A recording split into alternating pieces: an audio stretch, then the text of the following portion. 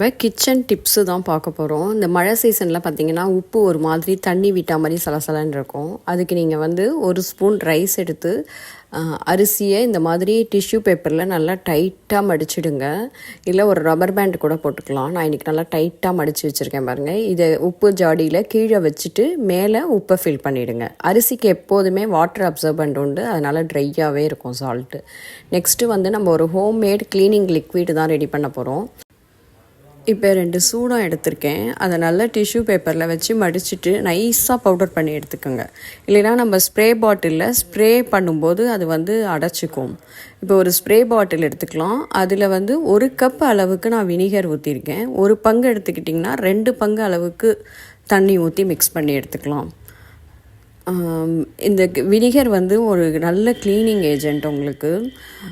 அதோடு நம்ம கற்பூர பவுடரையும் சேர்த்துட்டு 1 ஸ்பூன் பாத்திரம் தேய்க்கிற லிக்விட் ஊற்றி நல்லா ஷேக் பண்ணி எடுத்துக்கோங்க. இப்போ பார்த்தீங்கன்னா எலக்ட்ரிக் கிட்டில் ஒரு மாதிரி பிசு பிசுன்னு இருக்குது, கிச்சன்லேயே வச்சுருக்கிறதுனால லைட்டாக ஸ்ப்ரே பண்ணிவிட்டு ஒரு 10 மினிட்ஸ் கழித்து இந்த மாதிரி டவலால் தொடச்சி விட்டிங்கனாலே புதுசு மாதிரி ஷைனிங்காக மாறிடும். இப்போ அடுத்ததாக இந்த பனி சீசனில் இந்த மாதிரி குட்டி குட்டி கொசு வரும். எல்லா இடத்துலையும் கிச்சனில் வாஷ் பேஷனில் எல்லாம் இருக்கும். இப்போ பார்த்திங்கன்னா வாஷ் பேஷனில் இருக்குது எங்கள் வீட்டில். இப்போ இந்த ஸ்ப்ரே யூஸ் பண்ணி நான் ஸ்ப்ரே பண்ணிக்கிட்டேன். ஒரு 2 மினிட்ஸில் பார்த்திங்கன்னா அது ஃபுல்லாகவே அப்படியே இதுவாகிடும் உங்களுக்கு. இது ரொம்ப யூஸ்ஃபுல்லான டிப்ஸு. அடுத்தது கிச்சன் டைல்ஸை க்ளீன் பண்ணி காமிக்கிறேன்.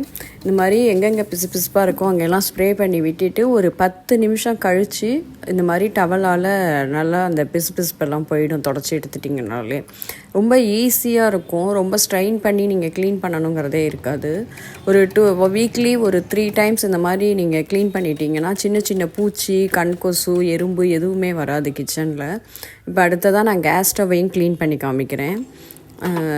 ஃபுல்லாகவே இந்த மாதிரி ஸ்ப்ரே பண்ணி விட்டுருங்க. ஸ்ப்ரே பண்ணிவிட்டு ஒரு 15 நிமிஷம் கழித்து பார்த்திங்கனாலே அந்த அழுக்கெல்லாம் ஊறி இருக்கும். நம்ம ரொம்ப அப்படியே ஸ்க்ரப்பர்லாம் போட்டு தேய்க்க வேண்டாம். லைட்டாக டூத் ப்ரஷ் வச்சு க்ளீன் பண்ணி விட்டிங்கனாலே அந்த கருப்பாக இருக்கிறதெல்லாமும் வந்துடும். அவ்வளோதான் பாருங்கள், அப்படியே ஷைனிங்காக ஆகிடுச்சு. ஒரு பெரிய வேலையாக இருக்காது உங்களுக்கு. ஒரு 10 நிமிஷத்தில் இதெல்லாம் ஈஸியாக செஞ்சு முடிச்சிடலாம். நீங்கள் நைட்டு இந்த மாதிரி க்ளீன் பண்ணி வச்சுட்டு டைல்ஸ் ஓரத்துலலாம் கிச்சன் சிங்கு கிட்ட இந்த மாதிரி ஸ்ப்ரே பண்ணி விட்டிங்கனாலே உங்களுக்கு அந்த கண் கொசு, எறும்பு, கரப்பாம்பூச்சி இதெல்லாம் வராமல் இருக்கும். இப்போ பாருங்கள், எல்லா இடத்துலையும் நான் ஸ்ப்ரே பண்ணி க்ளீன் பண்ணியாச்சு. அடுத்தது ஸ்டோரேஜ் டிப்ஸ் தான் பார்க்க போகிறோம். அரிசியிலலாம் குட்டி குட்டி வண்டு வரும், பார்க்கவே ஒரு மாதிரி இருக்கும். இப்போ ஒரு 1/4 பங்குக்கு நான் அரிசி ஃபில் பண்ணிவிட்டு ஒரு 3 சிகப்பு மிளகா போட்டிருக்கேன். அடுத்தது திருப்பி கொஞ்சம் அரை பங்குக்கு ஃபில் பண்ணிவிட்டு ஒரு 4-5 மிளகா போட்டுருங்க.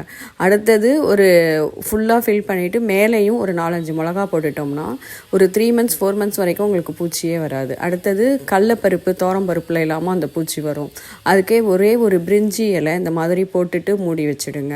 அப்புறம் மைதா மாவு, கடல மாவு, அதுக்கும் ஒரே ஒரு பிரிஞ்சி இலை போட்டு மூடி வச்சிட்டிங்கன்னா அந்த 3 மந்த்ஸ் வரைக்கும் உங்களுக்கு பூச்சி வராது.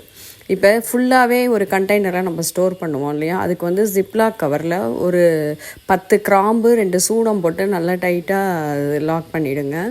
அதை வந்து நீங்கள் எந்த இடத்துல ஸ்டோர் பண்ணுறீங்களோ அந்த சம்பளத்தில் கீழே போட்டுட்டு மேலே ஃபுல்லாக நீங்கள் என்னென்ன சுண்டல் ஐட்டம் இதெல்லாம் ஸ்டோர் பண்ணுவீங்களோ அதெல்லாம் போட்டுட்டு மேலே கவர் பண்ணி வச்சிட்டிங்கன்னா அந்த சூடத்தோட ஸ்மெல்லுக்கு எந்த பூச்சியுமே வராது.